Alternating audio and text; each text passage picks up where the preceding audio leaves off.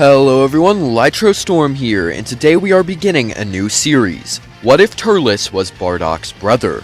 This one will be a collab with Vegan Saiyan, so once you finish this first part, be sure to check out the next one on his channel. It should go up around the same time as this one, so the link will be in the description. And potentially the comment section as well. So now let's just go ahead and get straight into this video. So to begin our story, we're going to have to do some work on both Turles and Bardock's origin stories. I'm going to have Turles be a younger brother to Bardock, who is also part of his squad. Turles isn't quite as strong as Bardock, and fits more with the rest of the team's power levels. Over the years, he and Fasha have both taken a liking to each other, but nothing has really come of it so far. Before we go on, I do want to preface that we will be adapting both the original Bardock special, as well as his newer origin, in order to make a decent story. So the stuff with the Knassans here will not take place, but the squad does fight on a different planet. After they win the battle, the crew all decide to head back to Planet Vegeta and await their next mission. Bardock and Turles go home together, since Turles has been living with his brother's family for quite some time. On the way there, Bardock overhears about the Super Saiyan legend, and remembers the transmission they got from Frieza to have every Saiyan gather on Planet Vegeta. It all starts to click with Bardock, and he frantically tells his younger brother that Frieza was going to kill every Saiyan tonight. Turles wasn't fully understanding at first, but he did get what Bardock was saying. So the two rushed back to their home so Bardock could tell Guinea what was going to happen. When they arrive, they both hear Tora's voice on their scouters telling them that they've been assigned a last-minute mission. Bardock tells Turles that he's got to inform Guinea of the situation and also decide what to do with his son. His brother says alright and lets Tora know over the scouter that he is on his way before flying off. The squad has already been deployed, so Turles was a little bit behind, but he would still be able to catch up. The crew lands on the planet, and Tora reports to Turles that there isn't much activity here. Wait, that word is the last thing heard before the transmission is violently cut off. Turles yells at them, asking what's going on, and Tora screams in the scouter once again that it's an ambush. Turles quickly lands the pod and arrives to see his friends standing against a bunch of Frieza soldiers. Tora asks who sent them, and one of them replies, "Well, Dodoria, of course." Turles yells that Bardock knew Frieza was up to something today, and the elite soldiers simply laughed. The battle now began, with Bardock's crew doing much better now that Turles was here. However, the five were still outmatched. After a while, they began to fall one after another. First Borgos, then Shugesh, each fell to the ground, and the three that remained all had battle damage. One of the elites then fired a large blast at Fasha, and Turles decided to jump in the way of the attack. It hit him head on, leading to Turles being launched into the ground nearby. Both Tora and Fasha yelled out his name as the elites quickly approached them both.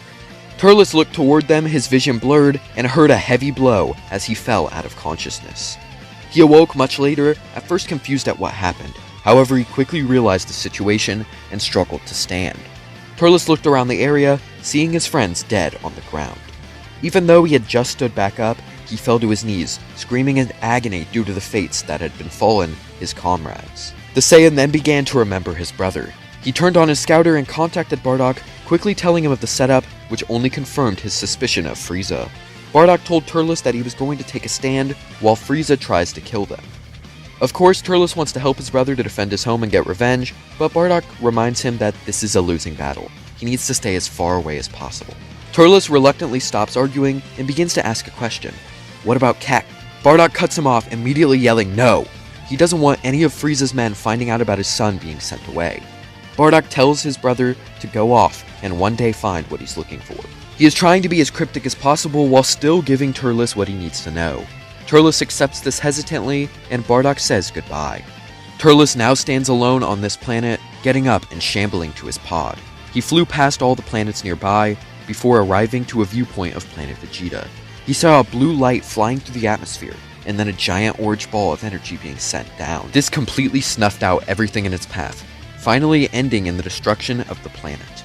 As Turles watched this, he began cursing everything and raging out, slamming his fists on the pod controls. After he calmed down, he saw only one last option. He turned on his scouter and began listening for any transmissions from anyone. He sat there waiting a while before hearing the voice of Saiyan General Nappa. The man was asking for any other survivors to regroup at their location. Turles had remembered his brother's older son, Raditz, being a part of Nappa's group, and so he introduced himself and said that he'd be there shortly. Turles joins up with Vegeta and his squad while he's in a very dark time in his life. He has now lost his friends, his brother, and his entire world has been ripped away from him, both literally and figuratively. And with no other outlet to use his emotions on, the only choice is on the missions he and his squad goes on. Wiping out enemies on other planets is something Turles has done his entire life, so he was able to take out his rage on all of his opponents, brutally killing each one. He has no way to get revenge on Frieza, Dodoria, or any of his elites, as they were all just far too strong. I mean, they already beat him already. However, he was able to tell Vegeta and the others about Frieza destroying Planet Vegeta. This angers them all at first, but they also know that they can't do much to end Frieza either, so they basically are back to how they were in canon within a very short time. Over the course of a few years, Turles would have fought in many battles, leading to his anger causing problems in the team. He would charge blindly into battles he couldn't win, which would lead to Turles to get a beatdown. This meant that the others on the squad would have to bail him out of fights, which led to the death of both extra Saiyans we see in the Broly film. After they died, Vegeta, Nappa, and Raditz would be the only ones to help him in the situations, which would make Vegeta very angry. So he eventually just tells Turles that he's off the team. He's too much of a liability for them, so he's gotta go somewhere else. He and Nappa then leave to go to their pods, and the young Raditz is left with his uncle. He tries to get him to come with him, but Turles shuns him, telling Raditz to get lost. He doesn't need it. Raditz is a little upset at this, as even his uncle has been treating him cruelly lately, so he just simply goes on with Vegeta and Nappa. This leaves Turles all alone on a random planet yet again. Because of this, he decides to go off the radar, still keeping a scouter so he can listen in on Frieza's army just in case anything interesting occurs. Over the years, Turles would make himself something of a pirate, conquering planets and recruiting a team of his own along the way. After all, he's always been in other people's squads, so why not have one where he's in charge? So he would now have the Crusher Corps that we see in the movie, but without the whole Tree of Might thing. I feel like that's kind of unnecessary to add here because of what will take place soon. Just trust me on this one. Being on his own also led Turles to develop his own unique fighting style among Saiyans, one with a much more finesse and unique key abilities like we see in the movie and games that he's in. So at this point, he has become the same evil guy we saw in his film. One day, Turles would hear a transmission on his scouter from the other Saiyans, something about Raditz's death. This was upsetting, of course, as that boy was the only thing he had left of a family. But then they mention another name, Kakarot. This caused Turles to listen far closer than he had before, hearing that he had died as well, but that they were supposedly going to bring him back with some Dragon Balls. He waited for the location, finally hearing about Earth, and decided that this was perfect. Vegeta and Nappa were going to Earth, which is also where Kakarot is. Turles immediately told the rest of the Crusher Corps that they're going to take a long trip as well, to planet Earth. So basically, everything with Goku and the gang has all taken place the exact same way. But now that the Crusher Corps are getting involved, things are about to take a big turn. And so, a year would pass before Vegeta and Nappa finally arrived on Earth. Everything would play out in a similar way to in canon, up until the point of where Vegeta allows Krillin, Gohan, and Piccolo to wait for Goku. Halfway into their time, Vegeta's scouter would pick up 6 notable power levels arriving on Earth. He notices them coming toward the area, and so he and the others wait. After a short time, the two Saiyans are surprised to see none other than Turles. His power level has drastically improved, being at a solid 7,000. Obviously, if I used Turles and his crew's power level from the movie, it would be very overpowered, so I decided not to. Plus, I feel like this range of power makes more sense, as Vegeta and Nappa really didn't get that much stronger either, and Turles is kinda just doing the same thing that they did, but on his own. So it'd be weird if he got insanely powerful because of that. Turles chuckles as he greets his former comrades, but assures them that he's not here for them. He then turns his attention to Piccolo, Krillin, and Gohan. The three are shocked, as they were expecting Goku to show up, not some evil guy who looks like it.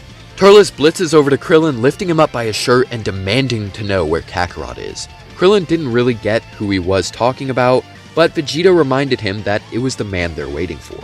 Krillin then says that Goku hasn't shown up yet, but when he does, they'll all be sorry. Turles grins and readies a blast to fire at Krillin, but Piccolo begins to speak. Look, we've got enough to deal with as is. Think you can cut us a break and wait for your turn? Turles is a bit offended by this, but respects Piccolo's bravery, so he decides to drop Krillin to the ground instead. The rest of the Crusher Corps then arrives, and Vegeta concludes that they must be the other power levels his scouter picked up. Turles then grins at his former comrade, asking if he liked his improvement. Of course, now he could take Nappa without much difficulty based on how his power level stacks up. This makes Nappa increasingly angry as Turles' men chuckle at their leader's snide remarks. And so, Nappa eventually lashes out, throwing a fist at Turles, but he is able to catch it in his palm. He then responds by twisting his arm and knocking him aside. Nappa is even more infuriated now, but Vegeta reminds him to be calm. Turles seems much more calculated than when they last saw him, so brute force isn't going to win. This makes Nappa realize what he has to do, and so he steadies his breathing in order to focus better. However, unlike Goku, Turles will continue to boast about his own power, which he knows will knock Nappa off of what he was trying to do. So this causes him to continue being angry and fail all of his attacks and eventually be beaten by Turles. The Saiyan Brute does manage to get some attacks off though, so he isn't completely useless in this fight, but Turles just eventually makes Nappa drop to the ground, completely burnt out. Just then, Piccolo and the others would sense Goku's ki, and Vegeta and Turles also pick it up on their scouters. Kakarot is on his way. The two Saiyans begin to bicker about who will take Kakarot first, as they both have intentions of testing him. To Vegeta, this is more of a long-awaited battle, but to Turles, this is more than just that. It's a chance for him to keep Kakarot safe by making him join up with him. He can fulfill what he couldn't do for his brother Bardock before, and do what he told him to do. Goku does eventually arrive, giving a split Senzu Bean to Krillin and Piccolo, since Gohan wasn't really involved in fighting too much, so he wouldn't be as injured. He then tells the three to go off somewhere, and so they do. Goku is shocked to see so many more people here than before, and also someone who looks just like him. Turles smiles at seeing Kakarot fully grown, and tells him that he is his uncle. However, Goku doesn't really care since he's evil, and says that he'll defeat him too if he doesn't leave the Earth. Turles then replies, "Don't be naive, little one. The scouter read your power level as only 5,000. You're not prepared for this fight." Goku looks back with a serious face. "I wouldn't be so sure." Turles then prepares himself for the fight, and Vegeta decides that he can wait while the two battle it out. Letting the two kill each other will be better for him in the long run. And so the two lookalikes get into their fighting stances, and Turles tells his men to go after Piccolo and the others. Goku is surprised by this and turns toward Turles' men, but his opponent hits him in the chest, knocking him to the ground. They have already left. It was just Turles and Goku now. "I'm doing this to protect you, Kakarot." Turles remarks, "Save it for someone who needs it, like the others on this planet." Turles laughs, replying that they aren't valuable to him at all. Goku then charges in to attack Turles, being angry at this remark, and that is where we're going to leave off for now. Goku and Turles begin to fight, with them going back and forth. Goku succeeds in most of these clashes, however, Turles has a sense of unpredictability and a wide arsenal of different ki blasts to somewhat even the odds. Meanwhile, Piccolo would notice that they were being followed and would stop in the sky. He, Krillin, and Gohan are going to have to fight the Crusher Corps. They arrive quickly and talk a little bit of smack before jumping into the battle. Amon battled Piccolo while the twins fought Gohan and Krillin. Kakao and Days just sat back and enjoyed the show, waiting for when they had to jump in themselves. All three fights were a very difficult struggle for both sides, but slightly more for our Z fighters, of course. But going back to the main fight, Turles and Goku would be struggling with each other, but Goku eventually decides that he's had enough. And so, when he has Turles on the ropes, he yells out Kaioken and doubles his strength on the final punch. This throws Turles into the ground, making him take noticeable damage. Goku flies down to his level and tells him that he's done. He needs to get his men and leave. Turles denies this request, firing a flurry of blasts to the sides of Goku and redirecting them to his back. Goku realized what's going on, but was only able to dodge a few, causing him to be hurt. Goku looks at Turles once again and notices Nappa on the ground. "If you took down that big guy over there, why are you fighting me?" Turles responds that he isn't going to be helping Kakarot, it should be the other way around. Goku says that he's on the wrong side here, so they continue fighting, with Goku using the Kaioken more to defeat Turles. He eventually causes Turles to be beaten, and so he leaves on the ground, not being able to contend with Goku any longer. However, that's when the Crusher Corps return, with Piccolo, Krillin, and Gohan beat down. They threaten to kill them all if Goku doesn't submit now, but that's when Vegeta steps forward. He says he's had way too much time to wait, and he wants this fight with Kakarot now. If they have a problem with it, he'll kill all of them. Days asks if he really thinks he can do that, but Turles tells him that Vegeta has a power level greater than anyone else here. And so, Goku and Vegeta are now able to have their fight like in canon. Piccolo, having been recovered his energy over this time, decides to strike now while everyone is off guard. He blasts Amon, launching him into a mountain. After that, he begins battling against the rest of the Crusher Corps, but he's too fatigued to handle them. This forces Krillin to jump in, but even then, there's still too much for the Z fighters to take. And so, while the twins are beating Krillin up, Kakao and Days both fire blasts at Piccolo, killing him. Gohan sees this and calls over to his body, becoming saddened and then very quickly enraged. He screams out, blasting Masenko strong enough to incapacitate both Lakese and Razine, which shocks the rest of the Crusher Corps. Krillin thinks Gohan for the save, and so now the two of them have to fight Days and Kakao. Meanwhile, Vegeta and Goku have been fighting like normal, with the God Gun Kamehameha clash taking place as well. Which would of course lead us into Vegeta creating a fake moon, causing him to become an Oozaru grade 8. But since Turles and Nappa also have tails, this makes them transform as well. Turles is unable to control himself in this form due to him never using it after leaving Vegeta's squads. He has had too much hatred of being a hideous brute. However, Nappa is in control, allowing him to finally take revenge against Turles. While that is happening, Goku is attempting to use the Spirit Bomb to defeat Vegeta, and Kakao and Days are still beating up Gohan and Krillin. This leads to Gohan growing back his tail like in canon, and now easily crushing both of his opponents in the Oozaru Grade 8 form, leaving them in a crippled state. He then charges towards all the other Grade 8s around him. Now that Krillin has finally caught a break, he and Yajirobe form a plan to cut off all their tails. Because Krillin hasn't used the Destructo Disc yet, it would be a surprise to Vegeta this time. So, he decides to throw one at the prince's tail as he's crushing Goku, causing him to revert to base form and drop him. At the same time, Gohan, Turles, and Nappa were all battling with each other as Grade 8s, which was a lot of chaos. But Krillin didn't want to cut off their tails yet, as if he can lead Gohan away, he could be the key to defeating Vegeta once and for all. So after Nappa kicks Gohan aside, Krillin begins firing blasts at the young Oozaru and calling for him to come get him. This leads to Gohan going after Krillin, who quickly flew over to Vegeta. Vegeta made his way over to the defeated Goku and began to stomp on his chest, but he quickly notices Gohan approaching, so he flies out of the way. Gohan now had his eyes locked on Vegeta, so he struggles to attack him, while the prince dodged. Krillin then went over to Goku, who gave him the Spirit Bomb. Krillin then had to decide who to use it on. Gohan was struggling with Vegeta, Nappa and Turles are still fighting as Oozarus. Any one of the three Saiyans was a viable options, but picking the wrong one could lead to the death of everyone. But Krillin decided the best option was Vegeta, so he threw the Spirit Bomb with all his might, launching the prince into the sky. Gohan became enraged that his prey was taken from him, so he set his sights on Krillin once more. The bald warrior yelled for Yajirobe, who quickly came in and cut off Gohan's tail just before he made it to Krillin and Goku. This reverted Gohan back to his base form, unconscious and on the ground. The remaining Z-Fighters looked over to see Turles and Nappa tying out from their giant battle, so it seems like things were going quite well, and they were going to end well after all. However, that's when Vegeta re-emerged and began attacking Krillin and Yajirobe with his remaining power. The two were barely able to fight him off, as the Oozarus nearby did a major number on each other, both falling to the ground. At the end, everyone was pretty much all completely defeated and on the ground. Vegeta used the last of his strength to destroy the artificial moon, telling Nappa to come with them to their pods. The two Saiyans then leave Earth, barely making it out alive. Turles and his men were also on the ground, with the last of the Z-Fighters there as well. Bulma and the others arrived in the ship, and were shocked that Goku wanted Turles and his men to be taken to a hospital along with them. However, they obliged nonetheless. Along the way, they would realize that Piccolo's death meant the Dragon Balls were gone too. However, Krillin has the idea to go to Namekian's homeworld. Hearing this made Turles excited, as he asked if they were suggesting looking for Dragon Balls on the planet Namek, but Bulma told him to stay quiet, kicking him in the chest. Since he was injured, this did hurt him quite a bit, but he laughed, seeing that it was good to know. They arrive at the hospital, where all of their injuries are slowly dealt with while they come up with a plan. That plan still remains the same though, with Gohan, Krillin, and Bulma going to planet Namek on Kami's ship. The Crusher Corps are also mostly good to go at this point, except for Turles. He's in a worse condition due to how many long fights he was involved with. He's not quite as badly injured as Goku, but he is injured pretty bad. Goku tells the rest of his crew to get on their ship and leave Earth now. If they're still here when he's done recovering, he'll make them wish they never came here in the first place. And of course, Gohan and Krillin are recovered as well, if they've seen how much damage they can do. So, they get on their ship and just drift in the atmosphere for a little bit, as Krillin wonders what Goku's plans are for Turles, as he tells him he's going to bring him along by himself. He can't leave him on Earth, and killing him isn't right, so he's just going to take him to Namek on the gravity ship once it's finished building.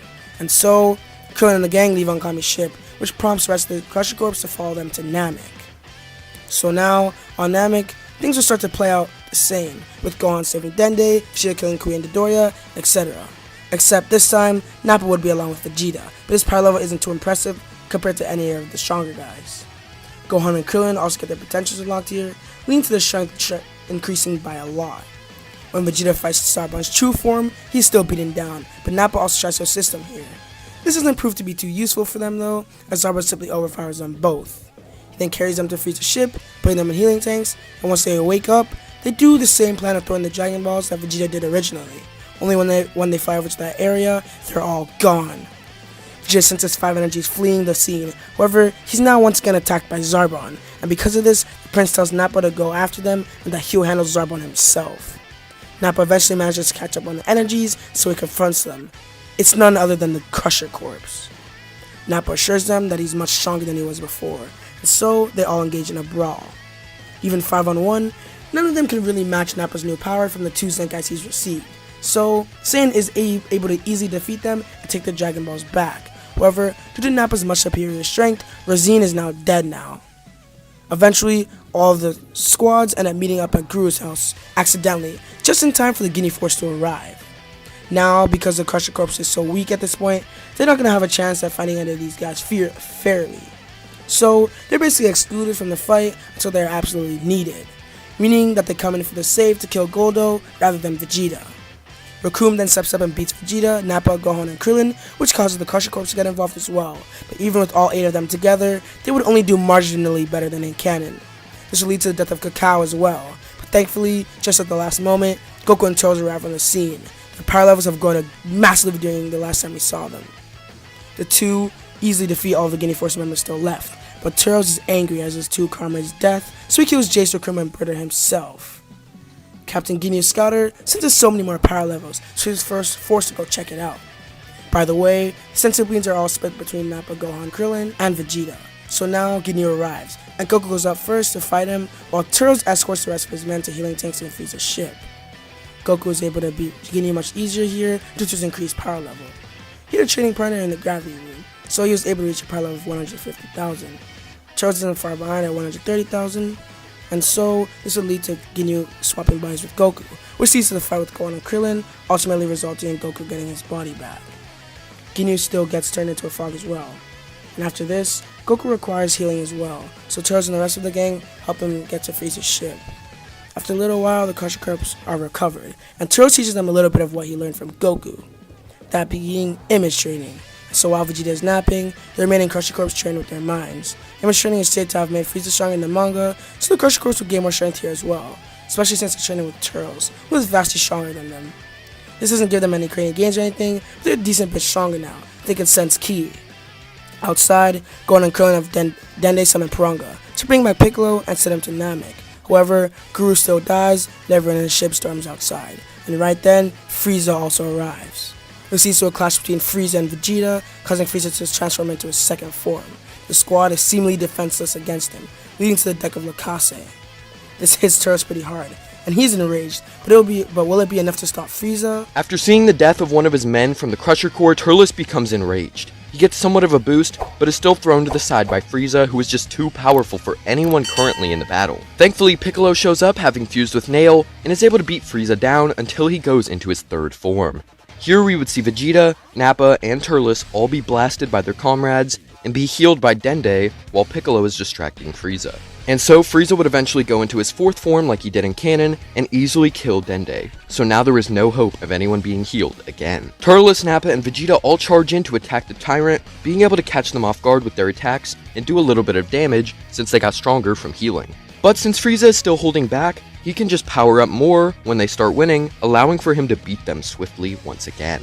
It is then that Vegeta realizes Nappa and Turles still have their tails unlike him, so he decides to create an artificial moon, making the two transform into Uzarus. They begin to attack Frieza with all their power, overwhelming him quickly. However, once again, Frieza is able to power up and begin defeating them. He then slices their tails off to make sure they can't do that to him again. The two Saiyans revert to their base forms, and Vegeta tries to charge in, but is death beamed through the chest. Goku then arrives to bury Vegeta and fight Frieza for the first time. His power level would be higher than in canon though, at about 5 million, so when he uses the Kaioken times 20, it'll be at 100 million. This is much closer to Frieza's full power, allowing for all of his attacks to deal much more damage, but he isn't able to use that technique for very long, since it drains him so much. This eventually forces him into using a Spirit Bomb, and so here, Turles can see Goku charging up an insanely powerful attack to save the universe and kill Frieza. He's doing what his father could not do before. This inspires Turles to act fast, asking for Days and Almond to give him their energies. So now he and Piccolo both attack Frieza with all their power in order to distract him for Goku. This leads to the Spirit Bomb being formed and it hitting Frieza, dealing an insane amount of damage to him. The remaining squad thinks that they've finished him off for now, and Turles is proud of his nephew. However, Frieza returns with one arm destroyed. He uses his other one to easily blast a hole through both Days and Amen, killing the last of Turles' men. And not only that, to deal damage to Goku, he lifts Krillin into the air and blows him to pieces as well. This enrages both Goku and Turles, who both go blind as they power up to a seemingly unstoppable degree. Goku's hair turns gold over time, while Turles is struggling to make that happen. However, with his rage, he's able to tap into that power just barely, allowing for both he and Goku to go Super Saiyan. Turles rushes in at Frieza while Goku tells the others to escape while they finish this. The two Super Saiyans proceed to easily body Frieza, with Turles showing no mercy whatsoever. However, as Turles is about to finish the job, he falls to the ground in his base form. The strain was just too much for him, as he wasn't quite as strong as Goku. This leads to the rest of the fight taking place as per normal, with Frieza barely surviving, and Goku taking Turles to Yardrat with him. Oh yeah, and everybody else is brought back and teleported to Earth. This includes the Crusher Core, Vegeta, and all the Namekians. This is because of Earth's Dragon Balls being used to bring back Namek's Dragon Balls, and then they bring everybody back to Earth. The Nameks all proceed to hang around Earth until Porunga is able to send them to New Namek.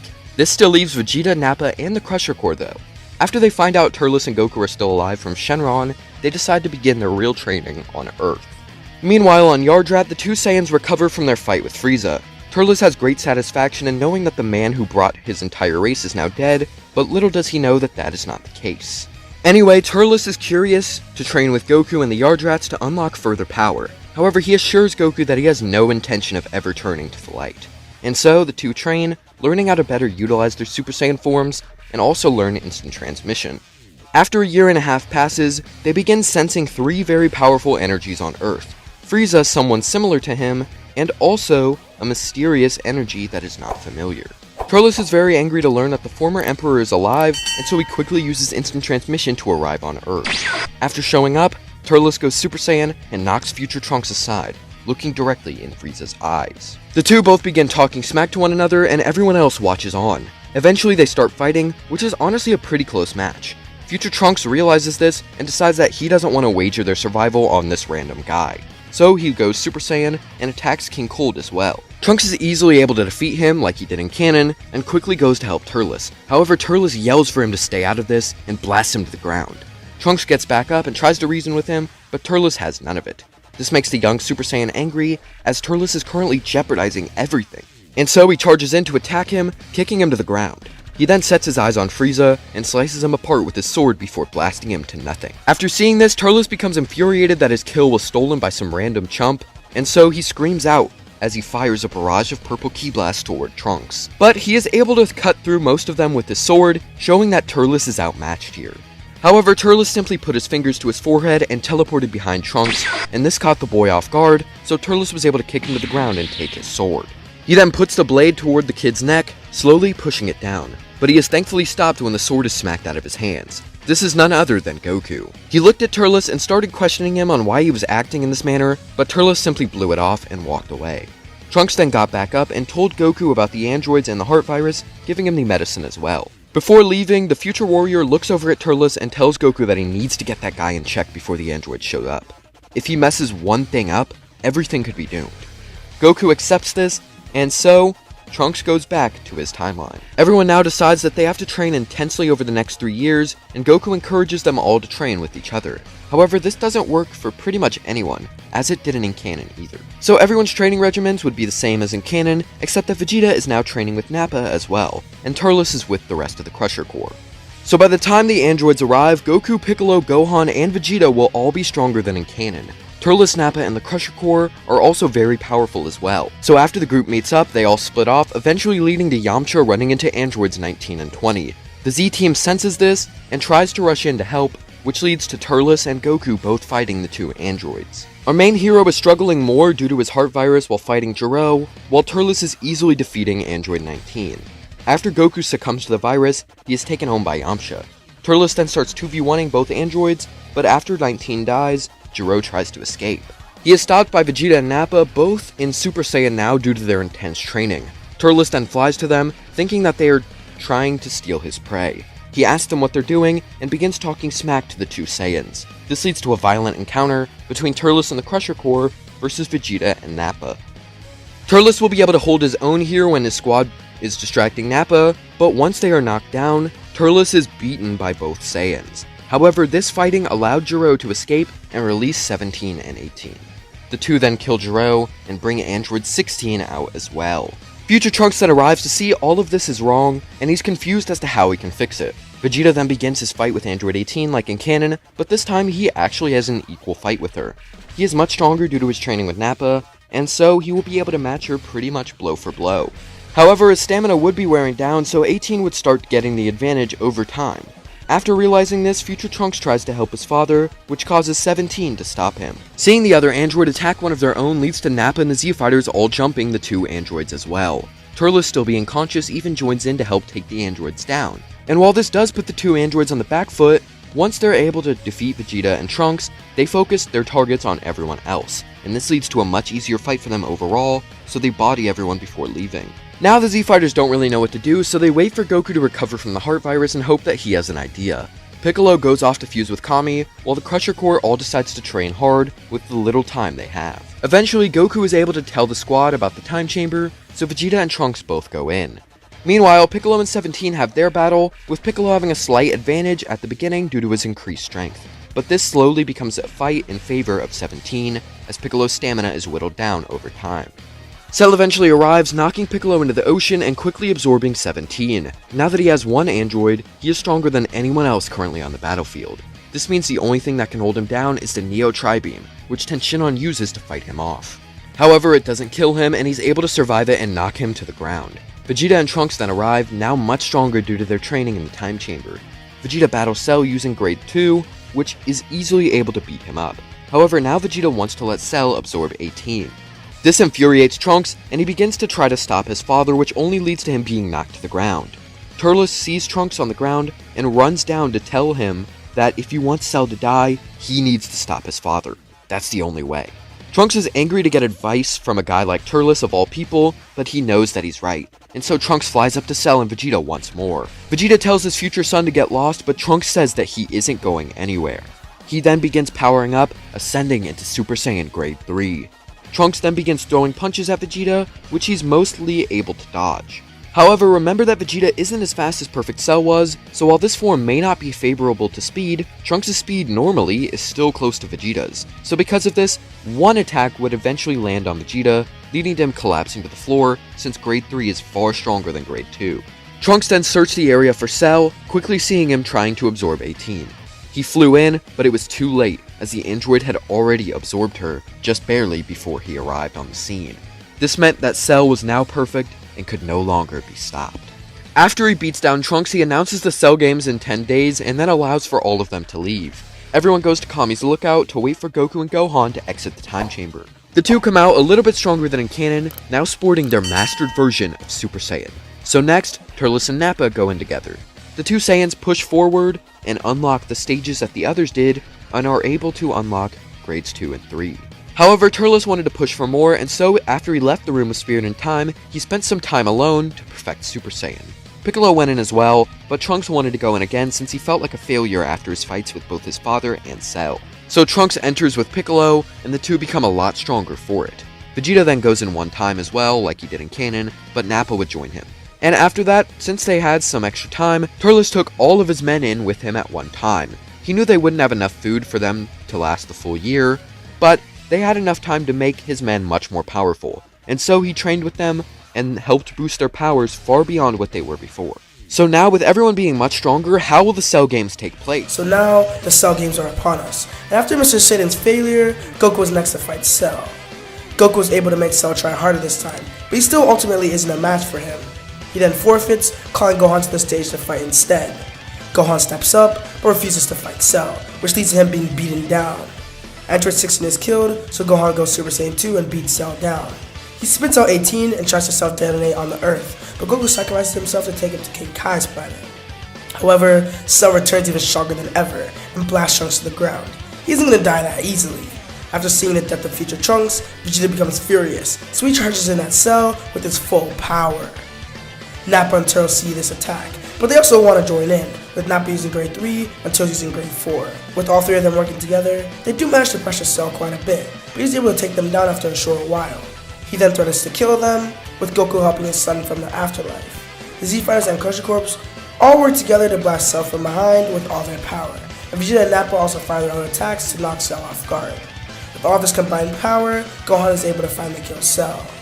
The gang celebrates, uses Dende's new Dragon Balls to bring all of Cell's victims back to life, and they also remove the bombs from 17 and 18. From there, everyone's positions from canon will remain pretty much the exact same. The only difference is that now, Nappa is on Capsule Corp, and the Crush Corps are training off somewhere else on Earth. So now, the 7 years would pass, and Goku would be announced to return for the next Budokai. This causes everyone else to show up as well, including Nappa, Turles, and the Crusher Corps, and of course everyone else from canon as well. So this ends up in the Supreme Kai's Kibito showing up, with Popovich and Yamu taking Gohan's energy. They then fly off towards Babdi's lair, and so the squad follows them. And the people I'm referring to here are the two Kais, Goku, Vegeta, Piccolo, Gohan, Turles, and also Nappa. Piccolo and Krillin still get turned to stone here, and Kibito is killed by Dabura. They would then have to fight Babdi's men. However, since they're two stronger people, Gohan isn't going to fight Dabura. He's just going to have to sit this one out, unfortunately. But we do see Turles easily killing Dabura with little difficulty though, so that's pretty neat. Babdi realizes that he's running out of time, so he decides to make new minions for his army. There are so many candidates to choose from, but he wants Buu revived now. So the best option is to just turn them all into Majins. Just like that, Nappa, Turles, and Vegeta all begin to tremble as they get amped and taken over by Babdi. Also in the tournament, all the Crusher Corps would also become Majins, but they would be under the complete control of Babdi. This is unlike our three main Saiyans, who all still have free will while they have this new power. Goku and Gohan both ready themselves to fight, but Shin tells them that there's no time. They have to destroy Buu's egg now. So Gohan, Piccolo, Krillin, and Shin go off to do that together. Meanwhile, Majin, Vegeta, Turles, and Nappa all begin clamoring at the idea of fighting a real battle against Kakarot. Goku goes Super Saiyan 2, which they were all also using. Thankfully, Turles and Nappa aren't quite as strong as Vegeta and Goku. They are all still very powerful. It would be impossible for Goku to win like this alone, but maybe he wasn't alone. After all three of them rushing at Goku, they quickly realize that they can't all fight him at once. So this leads to Nappa and Turles getting angry at each other, making the two of them fight each other. Vegeta then slips past them and has an equal fight with Goku like he does in canon. And so, with both large-scale battles taking place, Buu is revived far quicker than in canon. This leads to them taking down Gohan, Krillin, Piccolo, and Shin all at once. Without eating Dabura, Buu is really hungry, so he decides to turn Krillin into a cookie and eat it instead. That was a little tasty snack. He then leaves the other two on the ground, near death. Majin Buu then begins going on in the direction of Goku, Vegeta, Turles, and Nappa, and so they all pause their fights. Here, Vegeta decides to go after him, and Nappa goes as well. This leaves just Turles and Goku. Turles has been craving a real rematch with his nephew for a very long time now. This is the perfect moment for him. Goku expresses his disappointment in his uncle, as he truly thought he had redeemed him over time. And so, the battle now begins, with Goku having a decent edge over Turles. He was still able to keep up though, so he wasn't totally outmatched. But Turles quickly realized that he was losing, and so he called forth the Crusher Corps. All five of them began attacking Goku mindlessly, which wasn't a big threat to him on its own. But when he also has to fight Turles, it becomes very difficult for Goku to keep up. Thankfully, Trunks and Goten arrive, and quickly help defeat the Crusher Corps in their Super Saiyan forms. This allows for Goku to finally overpower Turles and leave him on the ground, unconscious. Goku now flies off to see what's going on with Majin Buu, and finds Vegeta and Nappa 2v1ing him. This was actually doing good damage against Buu, so Goku was pretty impressed. He flew in to help them out, but Vegeta quickly knocked him out and told Nappa to take him out of there. The Brute was quite shocked at the request, but Vegeta yelled at him once more, and so Nappa flew off with Goku while Vegeta made the ultimate sacrifice against Majin Buu. However, like in canon, this isn't going to kill him, so Buu regenerates and goes around with Babdi to destroy some cities. After Goku wakes up, he goes to stall Buu, using Super Saiyan 3 against him. He manages to convince Buu that someone better will show up in a few days, and so Buu kills Babdi and Goku leaves. After he returns to the lookout, he makes it clear to Nappa and Turles that there's no screwing around anymore. They either work together or they die at the hands of Buu. The two agree to these terms, and Goku begins teaching Trunks and Goten the fusion dance. He does have the help of Yamcha this time, since Piccolo is now in the Supreme Kai's role with Gohan. Meanwhile, Turles and Nappa go into the time chamber and trade their hardest to gain more power. Once Goku's time in the living world is up, he leaves the remainder of the teaching to Yamcha. He is very nervous knowing the fate of the universe is in his hands, but he's gotta do it. So once the two have learned fusion, they go off as Gotenks to fight Buu, which leads to them being clobbered quite easily and returning wounded. Yamcha sends the boy into the room of Spirit of Time with Turles and Nappa, so they can gain some extra power. Meanwhile, Piccolo and Gohan are both training with the Z-Sword together. The stuff with Majin Buu and Mr. Satan still takes place, with Buu becoming Super Buu. He then arrives on the lookout, striking fear in Yamcha immediately. As soon as Buu asks for his opponent, Yamcha sees no other choice than to take it to the time chamber, and so Buu enters to see Goten, Trunks, Turles, and Nappa. The boys are meant to go first, but Turles and Nappa have a score to settle. The two both prepare themselves and go Super Saiyan 2 to fight Super Buu. They're both able to hold Buu off due to their intense training as well as their teamwork, putting the differences aside, really helping them out in this fight. Of course, Buu is still far stronger than either of them, so he defeats them both once he shows some of his true power. By that point, the kids have had enough time to fuse, and so they become Gotenks. Using Super Saiyan, they're able to fight Super Buu and match him quite nicely. However, once Buu starts struggling, he uses his full power. This then forces Gotenks to use Super Saiyan 3, but since he's got the added benefits of training with Turles and Nappa, Gotenks is quite a bit stronger than he was in canon. He's able to beat Super Buu up by a decent margin, which leads to Buu retreating out of the time chamber since no one destroyed the entrance. Yamcha, Turles, and Nappa all run in front of him to try to stop him, but he simply absorbs all three of them. And since Turles is the most powerful, that means Buu is now Buu's. He's also much smarter and more elegant now. Buu began fighting Gotenks again and was able to match him a little bit better. The power he gained wasn't all that big, but Gotenks was now confused on what to do. Should he go all out? What if it kills everyone inside Buu? That was Buu's opening, as it allowed him to fight a conflicted Gotenks. Eventually, Gotenks diffuses, and Buu's is now the strongest on Earth. Everyone thinks the Earth is doomed, then they sense a powerful energy. It's Gohan, now in his ultimate form, due to the Elder Kai's potential unlock. Piccolo stayed back on the Sleeping Kai planet to begin his own unlock, just in case this one didn't work. Now Gohan beats Buu's up quite easily, absolutely demolishing him alone. Buu's realizes that he needs more power, so he asks to fight Gotenks again. However, this time, everyone knows about his absorption, so they assume that he's going to do that again, which is obviously not going to happen. Gohan may have been cocky in the Buu fight, but he wasn't going to intentionally put them all at risk, and so he kills Buu quickly, deciding to revive everyone after. So now, Buu is dead way earlier than in canon. This does mean a few things. For one, Piccolo will finish his potential unlock because there's nothing stopping him. It's basically free power. 2, no one will learn a Power Fusion yet, so Shin and Kibito don't fuse. And 3, the biggest one of all, Vegeta and Goku aren't coming back to life. This may sound like a bad thing, but now, for Dragon Ball Super, we can focus more on Turles and the others. The reason they're not coming back is because both of them were content staying dead. Goku wanted the next generation to win, and they did, so he has no reason to return. And Vegeta gave a speech to Piccolo, canon, he seemed mostly content not returning to life. It was never even brought up. The only thing that was brought up was him seeing Goku again, but since Piccolo said that wouldn't happen, it isn't an option. And Goku's staying dead, so returning to life won't fix that. So Vegeta is going to Otherworld, and he would be reincarnated as stated by Piccolo in the manga. Majin Buu would also be reincarnated as well, so Goku asked King Yama. He wanted to give the Earth some good people to help them in the future. Goku also contacted Turles, make sure that he knew what he was doing here. They can't just be evil or whatever now. They're the defenders of Earth. Turles didn't really like that his nephew was telling him what to do, but he was right. It's been way too long with him and his crew, along with Vegeta and Nappa causing problems. They need to step up now, that Goku and Vegeta are gone. And so, Turles and his Crusher Cores, along with Nappa and Piccolo, begin training Goten and Trunks personally. When the reincarnation of Buu and Vegeta are old enough, they'll teach them that too. Sadly, Gohan still isn't going to train during this time, as there are plenty of people to defend the planet. And so, eventually, the god of destruction, Beerus, would wake up. He isn't going to go to Goku this time since he's dead. However, using the Oracle Fish, he learns that another Saiyan assisted Goku in being Frieza on Namek. He finds out that that Saiyan is on Earth, and so he heads there. After he and Whis arrive, they find Turles training with the Crusher Core. Of course, in base form, he can easily defeat all of them, and this is kind of frustrating to them, but really doesn't matter right now. They're in the presence of a god of destruction. Once Beerus states his title, Turles immediately becomes cautious. He doesn't want to upset this guy if he's as strong as they said that he was back on planet Vegeta. Thankfully, Beerus just wants a normal fight against the Super Saiyan God. Turles has never heard of it before, though he has heard of Super Saiyan 1, 2, and 3. He lets Beerus on what information he does have about Super Saiyans, and so the god of destruction prompts him to fight in those forms. Turles goes Super Saiyan 2 to try and give Beerus a good fight, he ends up getting bodied like Goku did in canon. And so Beerus concludes that he's in the Super Saiyan God and leaves with Whis to go to Bulma's birthday party.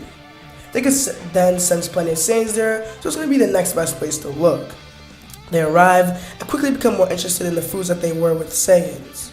Nappa is horrified at the sight of the god, as he's heard many rumors in his days on planet Vegeta.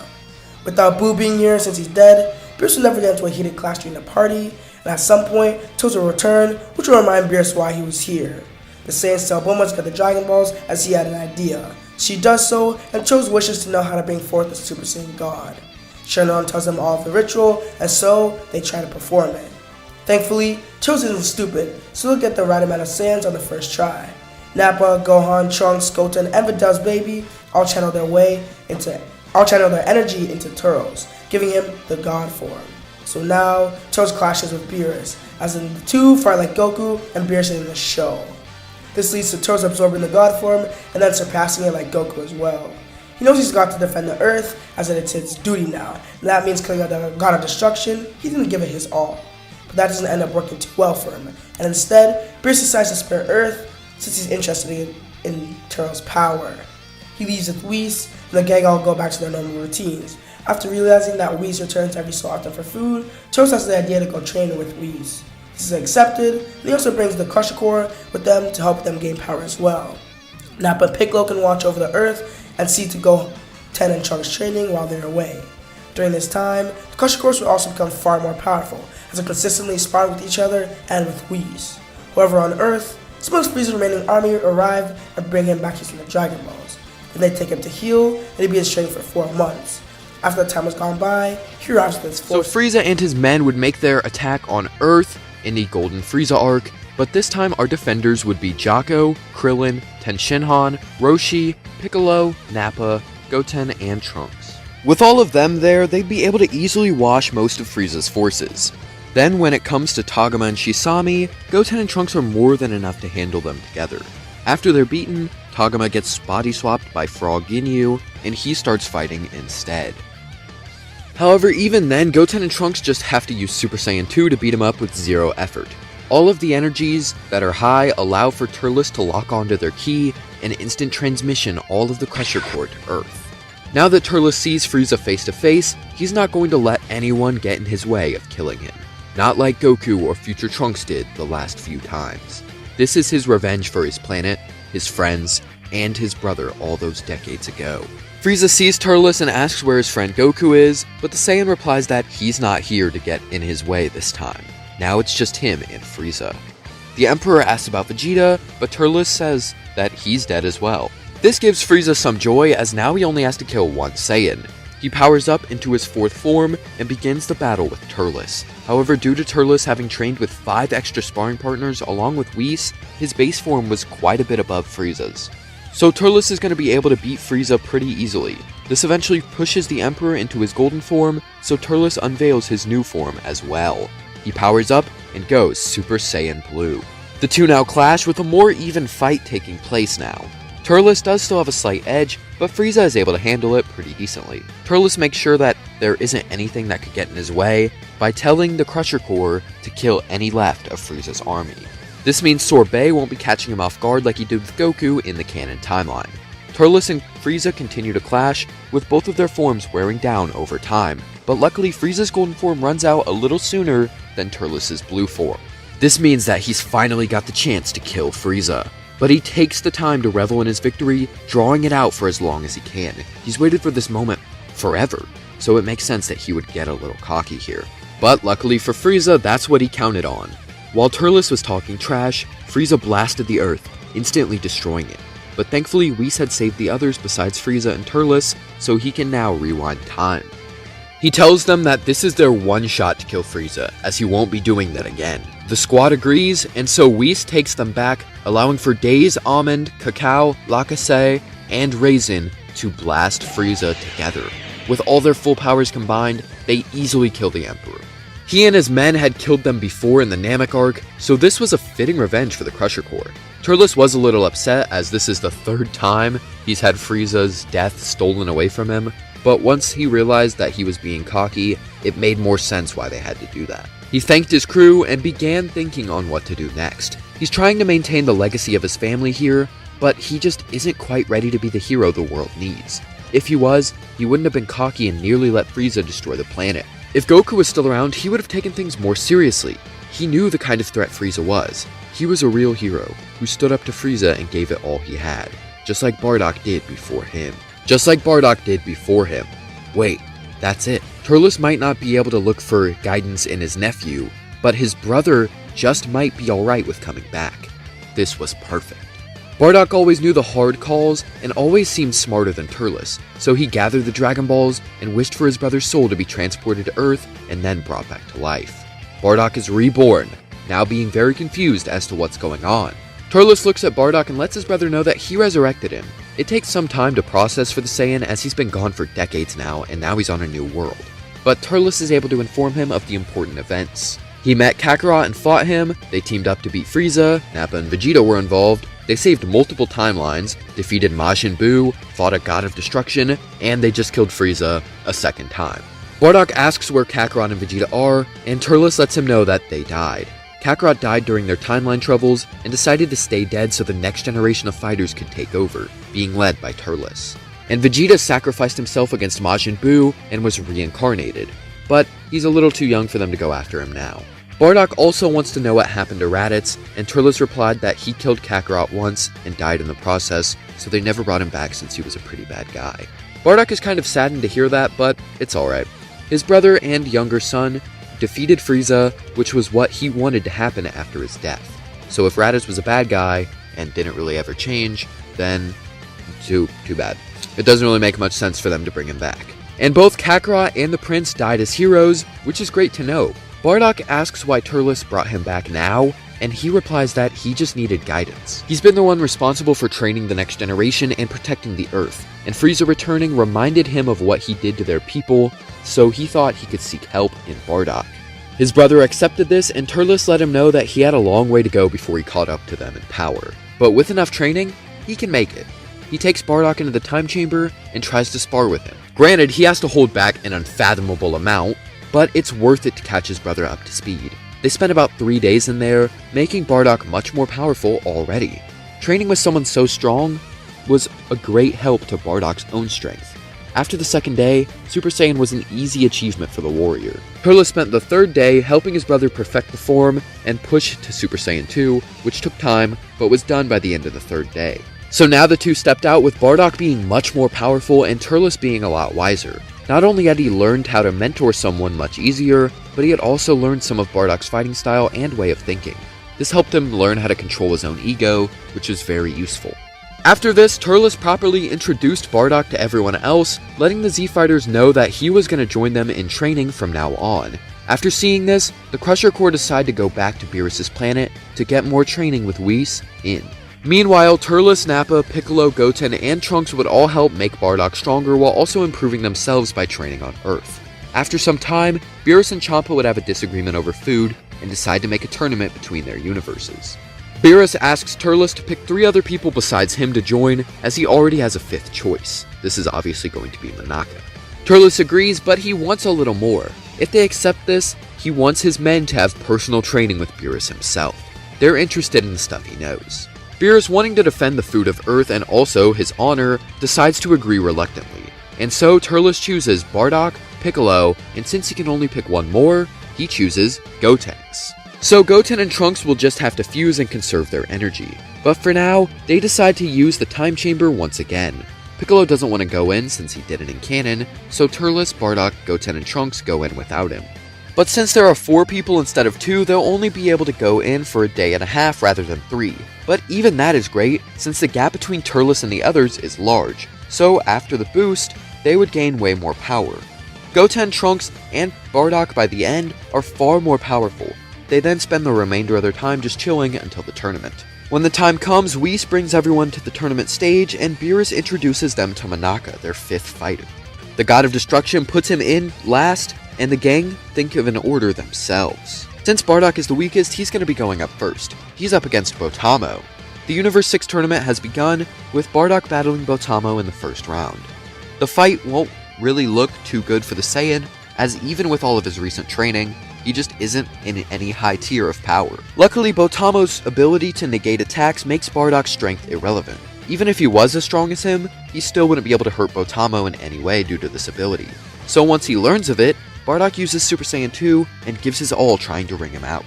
He grabs Botamo's limbs and tries to trip him up, which works to some extent. But Botamo is also faster than him, so he can stop him in some of these efforts, and a few attack on Bardock will be more than enough to render the Saiyan completely unable to fight. Because of this, Bardock tries his best to avoid these attacks while also trying to grab Botamo's limbs. He manages to trip him up a decent amount, but at the cost of letting Botamo hit him. This leads to a double knockout, with both of them falling out of the ring and being eliminated. So even though Bardock isn't quite as strong as Botamo, he was still able to pull something that allowed him to at least eliminate his opponent. After that, Frost is up next for Universe 6, and Piccolo for Universe 7. The Namekian has the ultimate form, so he's able to use it to give him more power. That, added with his training with Turles and the gang all this time, makes him much more equipped to have this fight. Frost in his third form was equal to base Goku, and we know the third form isn't a massive boost compared to the first form, it's only a couple times. This is based on what we see with Frieza on Namek. And Piccolo, at this point in canon, was not anywhere near base Goku. The Frost that he fought in canon was drained from fighting a much more powerful Super Saiyan Goku. So even though our Piccolo here is stronger than in canon, he won't be able to match Frost. Thankfully, he is able to keep up to a certain degree and hold his own, while Frost is holding back. And Piccolo does have the advantage of more skills, so he wouldn't do horribly. But in the end, Frost ends up winning without using any higher forms. So now Gotenks is up next. The boy's fusion is able to beat up Frost's first form. He then begins goading his opponent to go higher, as he knows about his race's forms. So Frost goes into his third form, but Gotenks gets a little frustrated that he's still holding back. So the fusion decides to go Super Saiyan and begin clobbering Frost easily. This eventually forces him to use his final form, allowing for Gotenks to have a much more fun time.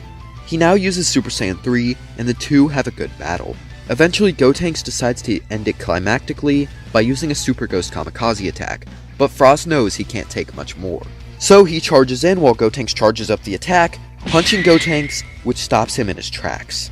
The fusion stumbles, saying that he doesn't feel so good before falling out of the ring and then defusing immediately. Frost manages to take another victory, though this one gave him some great damage. And so Turles is now their last hope besides Manaka. Thankfully, the Crusher Corps had noticed some potential foul play in Frost's attack, so they inform Beerus. The god then calls it out, forcing the referee to do a search on Frost's body. This leads to them discovering the poison needles, disqualifying Frost. Turles wants to fight him anyway to humiliate him for relying on that, but Bardock reminds his brother that he's trying to be less cocky. If for some reason that goes wrong and Frost wins, they're down to their last fighter. This makes Turles remember what happened when he was cocky with Frieza, so he agrees to just have Frost be disqualified. The next fighter is Magetta, and Turles is up to fight him. Turles uses Super Saiyan 2 to battle, and the two clash. When Magetta uses his heat to gain an advantage, Turles quickly becomes annoyed and yells, calling him names, and begins to overpower him out of the stage. He is declared the winner, and Cabba is his next opponent. With this battle, Turles would find it quite interesting to have such a strong Saiyan from another universe, and it's even more interesting and somewhat sad that he can't transform at all. So Turles decides to be a nice guy and teach him how to transform. He threatens him and his family, eventually managing to provoke him enough to make Cabba go Super Saiyan. After that, Turles beats him anyway and tells him to master the form. Turles then goes Super Saiyan 2 and tells Cabba that if he does that, he'll be able to achieve this state soon after. Cabba thanks him, and Turles one-shots him out of the ring. With that taken care of, Turles prepares to fight the final warrior of Universe 6, Hit. The two have their match, with Turles going Super Saiyan Blue. He can tell that Hit is more powerful than any of the other guys, so he's gonna take him seriously. The two fight, but Hit has a pretty easy time beating Turles by using his time skip. After a decent amount of fighting, Turles is defeated and taken out of the ring. Beerus thinks it's over for him as they only have Manaka left, but the referee agrees to let Gotenks have a second shot since he was poisoned. This isn't really that much of a help though, since even a Super Saiyan 3 Gotenks would get obliterated by Hit while barely even trying. But Turles asks for some time to strategize with Gotenks, and the referee agrees. This leads to Bardock and Piccolo both explaining what they saw happening during Turles' fight with Hit, and Turles trying to help with what he knows. After they've given all of their knowledge, Turles brings Gotenks in for a hug, holding him for a few seconds. Beneath his palm, a glowing light shines slightly, giving his key to Gotenks through his back. He then lets go, telling Gotenks not to hold back at all and to go all out. The fusion steps up into the ring, with Hit ready to fight him. Gotenks goes Super Saiyan, but feels like there's more now. He can feel a higher tier of power than he hadn't before, and so he powers up further. Gotenks screams out and charges his ki even more while in Super Saiyan, and his hair turns blue.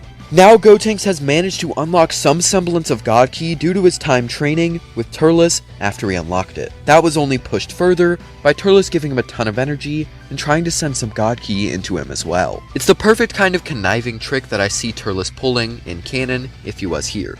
So the kids would need more training with people who have God Ki to use those forms regularly, but that energy transfer gives it to them temporarily. So now Gotenks is able to fight Hit even better than he did before. For one, he has his energy added onto his own power, making him stronger than Turles. And two, he has knowledge of the time skip and has seen Hit fight. So the two have a decent battle with Hit having to adapt and improve his time skip. Gotenks continues pushing on, giving Hit a good fight, but since it was given to him, the God Ki was only temporary. So it ran out over time, reverting Gotenks into Super Saiyan God, and then eventually his base form. Hit commended the boy for his impressive power and skill, and proceeded to knock him out of the ring. Fearless was now totally furious and scared, as he knew Monaka had no chance, but thankfully, Hit chose to fake his loss against Monaka like he did in canon. This gives Universe 7 the win. Zeno arrives after that, and Goten and Trunks let him know that they want to do another tournament sometime. They are motivated more than ever now to achieve that tier of power. So after Zeno leaves, Beerus uses the Super Dragon Balls to bring back Champa's Earth. And that's a wrap for the Universe 6 saga. From there, the Crusher Corps makes sure Beerus holds up his end of the deal, and so the God of Destruction has no choice but to train them all personally. Meanwhile, Turles stays on Earth with Nappa and Piccolo to train up Bardock, Goten, and Trunks. After some time, Bardock would step out into the night to get some air and would see the full moon. He still has his tail, so this would lead to a great transformation. He would become an Uzaru, but since he has the Super Saiyan forms, his fur would become golden. This leads to the transformation into a golden Uzaru. The power and noise would wake up Turles, and he would step outside to deal with his brother. Bardock didn't know how to control this form, so Turles was forced to just beat him down by using Super Saiyan God. Once Bardock was knocked unconscious after a decently long battle, he reverted to his base form. Turles took him inside, and in the morning he told Bardock what had happened. This intrigued the Saiyan, as that level of power was the most he had ever felt up to that point. Turles suggested removing his tail, but his brother denied. He wanted a chance to be able to control that power, as it might be useful one day. He can't just let something this useful let go. Turles accepted this, but let him know that if it becomes a problem, he'll have to remove the tail. Bardock agrees, and so the two begin training once again. Some time would pass, taking us into the Black Arc. In the future timeline, Trunks is running with Mai to get to future Bulma. The two end up making it, and Trunks manages to escape into the past, but Mai is still killed by Black. However, it isn't Goku Black, no, it's Turles Black. So when Trunks makes it to the past, he throws a punch at Turles, but thankfully, he was able to dodge it, and Turles began remembering how much he disliked this kid. He was gone his way the last time he was here, and now he wants to fight? Trunks apologizes, explaining how the enemy in his timeline looks exactly like Turles. This is honestly pretty interesting. Neither Trunks nor Turles really liked each other. And now Trunks' enemy is Turles, and he's also trying to get help from, well, Turles. Trunks asks where Goku and Vegeta are, so the gang spill the details of the Buu saga to him. Trunks is sad to know that both of them are gone now, but at least they died honorably. Now, Turles agrees to have a spar with Trunks, so that they can see if Turles is capable of helping. The Saiyan manages to hold equal footing against Trunks when they're not using Super Saiyan 2. After their match, Turles Black shows up while using the time ring. Turles steps up to fight him, leading to them being about equal. When Turles starts getting more serious and tries using higher forms, his doppelganger is sent back into the future. But on his way out, he makes sure to destroy the time machine. At that point, Bulma begins trying to fix up the old time machine from the Cell Arc. Trunks has a ton of free time, so he decides to go visit all the other people he's met before. Meanwhile, Turles goes with Beerus to investigate what's going on with Zamasu. Unlike Goku, Turles is much more pushy in terms of finding out what's up. So he will overpower Zamasu and try to get him to talk. However, Zamasu doesn't really know anything, and Beerus is forced to call Turles off. They leave after learning that the key Zamasu has is the same as Turles Black's. Turles threatening and embarrassing him only pushed Zamasu further in his mortal-hating ways though. But now, the time machine has been prepared, and so, future Trunks and Turles prepare to leave. Before they go, Goten and Trunks ask if they can come, and Turles denies. The enemy here is only around his Super Saiyan 2 level, so once he uses his higher forms, Turles Black is done for. So now, Future Trunks and Turles head into the future to find Turles Black. While there, they went into Future Mai, who Trunks is very happy to see. She shows the two the state of the resistance, and Turles shows some kindness by giving them food he brought in a capsule. Eventually, Turles Black would make himself known, and our heroes would have a battle with him once more. Turles himself steps up, using Super Saiyan God this time to try and end Black quickly. However, he had gained a lot of power from their last battle, and was now able to take those attacks, and that meant he would only go stronger every time Turles hit him in such a powerful form. This ends up leading to Turles Black unlocking Super Saiyan Rose, and after seeing this incredibly high level of power, Turles went all out with Super Saiyan Blue to try and counter. The two fought, but Black was simply too much for Turles to handle.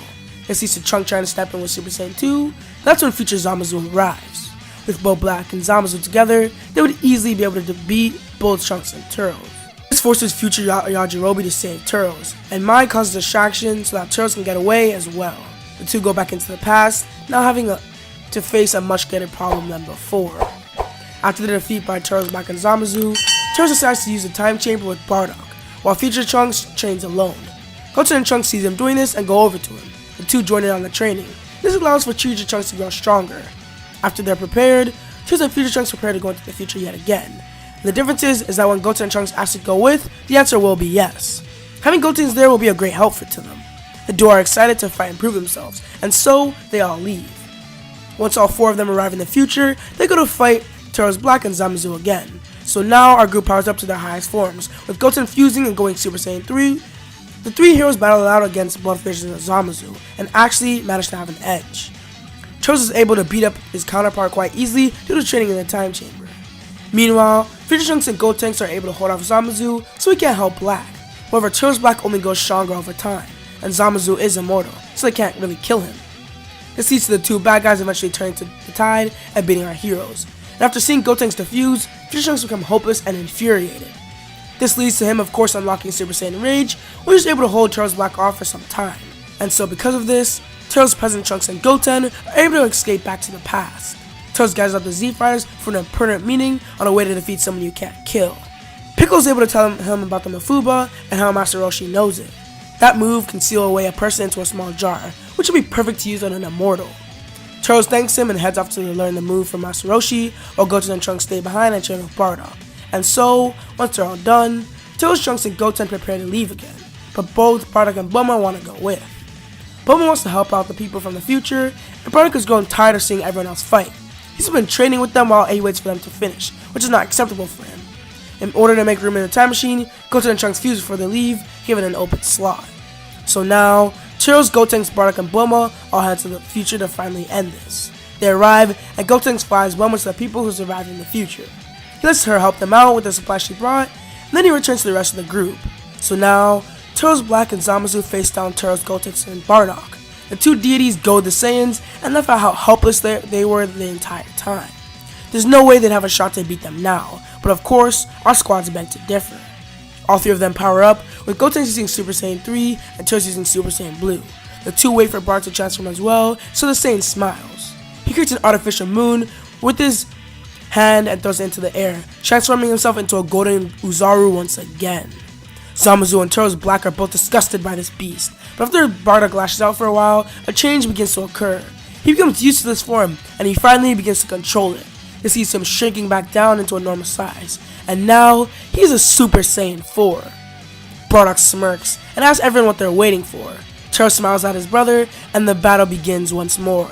And so because of this, they're able to fight off Black and Zamasu pretty nicely. The plan is to separate them, with Bardock and Gotenks fighting Black. That way Turles can use the Mafuba on Zamasu without any trouble. This wouldn't be easy for Gotenks or Bardock, as Turles Black was stronger than any of them right now. So even though our Turles will be able to beat down Zamasu and use the Mafuba, Black is going to come in to stop it. He beats up both Gotenks and Bardock and flies toward Turles to stop him from using the Mafuba. But as he charges in, his attack is blocked by a sword. From there, Future Trunks makes his return and fights Goku Black off. However, this isn't enough, and Black eventually knocks Trunks into Turles. This causes Turles to stop the Mafuba, and Zamasu is set free. By now, Bardock and Gotenks have arrived, and Black and Zamasu are outnumbered 4-2. This forces them to fly up and unite using the Potara earrings. So the two have now fused and become merged Zamasu. This much power was definitely going to make our heroes struggle, especially Gotenks, who was almost out of fusion time due to his Super Saiyan 3. So, He would quickly defuse after a few attacks, and Turles would tell the kids to get to safety. So now, he, Bardock, and future Trunks would battle it out against merged Zamasu. The three would rapidly be growing in strength, like our original team of Goku, Vegeta, and Trunks did in canon. This allows them to quickly be able to match Zamasu and make him deteriorate over time. And so, they decide they really don't have much time, or much choice, which forces Bardock and Turles to use Potara earrings. The brothers fuse and become Bardos. They decide to use Super Saiyan Blue at battle against merged Zamasu, doing about as well as Vegeta did in canon, but due to the strain of the earrings, they would have to defuse at some point. This allows for future Trunks to step in, and creating a spear sword with everyone's energies. So now, he fights merged Zamasu with his sword and manages to cut him in half. The gang thinks they've won, but Zamasu simply becomes one with the timeline. This causes Goten to pull out the Zeno button and press it, calling future Zeno to erase the universe. The squad then escapes, with some of them having to teleport with the Supreme Guy, since there simply wasn't enough room for everyone in this time machine. And so, now that they're all back in the past, they also get future Zeno in order to keep present Zeno entertained. So with that, they send future Trunks and Mai to a different version of their timeline without Turles Black. And that would conclude the future Trunks arc. A bit of time would pass, with Turles, Bardock, Piccolo, Nappa, Goten, and Trunks still training together. And as usual, the Crusher Corps stay on Beerus' planet to train with both Beerus and Whis. They've been incredibly distant since the defeat of Frieza and the resurrection of Bardock. This hasn't really sat well with Turles, but he's fine with his crew doing what they want to do to gain power. Plus, it's really not really like he really needed them recently anyway. This solved all their problems since going to Frieza without the Crusher Corps. But anyway, some time would pass, and Zeno would want another big tournament. So first, there's going to be an exhibition match. Here we have Turles, Bardock, and Nappa on the team for Universe 7 going against Universe 9. Nappa would be up first against Basil. Basil, in canon, lost to a good Buu who hasn't trained at all, and likely isn't much stronger than he was in the Buu arc. So while Nappa isn't up there with Turles and the others, he is still pretty powerful, and much more powerful than Majin Buu, so he will easily beat Basil with little difficulty here. After that, the next fight would be Bardock vs Lavender, which would be a pretty interesting battle. Bardock will be blinded by Lavender, and this leaves him open for many attacks, but luckily, Bardock has learned a lot due to his time on Earth. This means that he's able to go Super Saiyan 2 and counter Lavender just like how Gohan did in canon. This only leaves Turles and Bergamo left on each team. This fight is pretty good, with Turles progressing through his forms over time to match his opponent. However, Bergamo slowly absorbs that power and adds it to his own strength, making him much larger as well. Turles would use Super Saiyan Blue to combat him, and is able to overpower him with a ton of beams. This leads to a victory for Universe 7. So now that the exhibition match is finished, Turles must now recruit a team for the Tournament of Power. The first three would be pretty obvious: Turles, Bardock, and Nappa. I mean, they did all win their fights in the exhibition match, so they earned their spots on the real team. Next would be Piccolo, as well as Gohan. He's been training since Frieza returned, so he's going to be pretty powerful here. They both have the ultimate form too, so they'll be stacked in terms of power. Terms goes to try to recruit some of the Crusher Corps, as it's really important. The fate of their universe is on the line. They begrudgingly agree, but the thing is kind of dumb of how Turles requests their help when he absolutely needs them. They didn't get asked to help with the Universe 6 tournament, the Zamasu situation, or the exhibition match, but the universe is on the line, they kind of have no choice but to lend their strength. Turles decides to let Goten and Trunks participate, since they are both incredibly powerful and more skilled than in canon. Piccolo suggests that they bring back Goku for the day and replace someone else, but Turles knows that that's not what Goku would want. He trusted them to lead the next generation and protect Earth without him, so that's what they're gonna do. Once they've decided on their team, they plan to have a group meeting. Turles goes to where the Crusher Corps are, tells them that they're gonna group up soon. They are kind of excited to use the strength they gained after training with the God of Destruction, Beerus. But Turles says that he's made room on the team for his brother, as well as Goten and Trunks. This means only 3 spots are left, since Nappa, Piccolo, and Gohan are in 2, so 2 of the Crusher Corps are gonna have to sit this one out. The squad is, once again, pretty bummed, but they decide to choose the 3 strongest. The 3 chosen are Almond, Days, and Cacao, so the twins, Mikasa and Razine, are left out. The Crusher Corps tell Turles that they need time to prepare, so they stay behind a bit longer. From the shadows, a fighter for Universe 4, Ganos, would watch and report back to his universe. He tells the God of Destruction, Kitila, that there are many fighters who have trained with Lord Beerus in Universe 7. The god laughs, says that he has a plan for these warriors. After finding out about Universe 7 having warriors trained by Beerus himself who are on the team, Kitela becomes very intrigued. He decides to have Universe 9 send assassins to kill some of their warriors, but he has plans for the other 2 who are sitting out. Some time would pass and Turles would go to get Almond, Days, and Cacao, The three go along with him, leaving Lakusai and Raisin behind and kind of depressed because they aren't able to go. But that's when someone would step forward. It's the Supreme Kai of Universe 4. He tells the two that he knows of their situation and asks if they would like to still be involved in the battle. They would be fighting for a different universe, but if they win, they can come stay in their universe. This allows for them to fight for their own survival, as it would be better to put it in their own hands rather than hoping for the others in their team to succeed. Plus, it would be a good chance to get revenge by fighting people who have wronged them in their own universe. The twins end up agreeing and go with the Supreme Kai to join Universe 4's team. Meanwhile, Turles takes Almond, Days, and Cacao toward the rest of the Universe 7 team. He talks to them during this time, asking how their training with Beerus went. Almond responds that it went really well, and that Lakusai and Raisin would have been a real help in this battle. Turles apologizes, but he thinks it'd be much better to have a wider variety of warriors. Plus, he hasn't even seen how strong the Crusher Corps have become, so he can't really gauge if they're worthy or not to join the team. Days remarks that the reason for that is because Turles barely talked to them since they all trained with Whis. Turles goes silent, feeling kind of bad for his crew, but that's when he senses some energies nearby. He tells the others to do a formation, and they all get back to back. They look around, seeing a ton of masked figures approaching. Turles asks who they are, and they reply that they were sent to kill them. Turles realizes that they must have been sent from another universe, as they don't have any people upset with them these days. And so Turles, Almond, Days, and Cacao team up to fight off the assassins. This would be a very cool moment as we get to see most of the Crusher Corps working together again. They manage to kill most of the assassins, leaving only a few left. One of them would be the boss we saw in canon, who would have some destruction energy at his disposal given to him by Seadra. He throws it at Cacao, who would turn and catch the Hakai Blast in his hand. It would be kind of difficult for him to hold it back, but he is able to do so due to his training as well as his own strength that he got from training with Beerus. He knows how to handle energy like this. Days and Almond then go down and kill the boss, taking the communicator he has. They look at it, thinking about what to do. At the same time, Turles is very impressed at how Cacao is able to hold back this kind of energy. But he's also wondering if he'll be able to make it dissipate, so that way it doesn't hurt anybody. Almond looks up at Cacao, who looks back. Almond then nods his head, and Cacao moves his hand, hitting Turles with the Hakai energy. After Cacao hits him with the energy, Turles shrieks out in pain as it surrounds his entire body. Cacao looks at Turles before flying toward Almond and Days. Almond turns on the communicator and speaks to the God of Destruction and Supreme Kai of the 9th universe. He says that they want to join up with their universe, as they're already incredibly powerful and have trained with the God of Destruction as well as an angel. Seadra reluctantly accepts, and so he and his Supreme Kai teleport there to take them back with them. Beerus arrives after the three leave and blows the Hakai energy off of Turles. He asks what happened, and Turles would yell that they were traitors.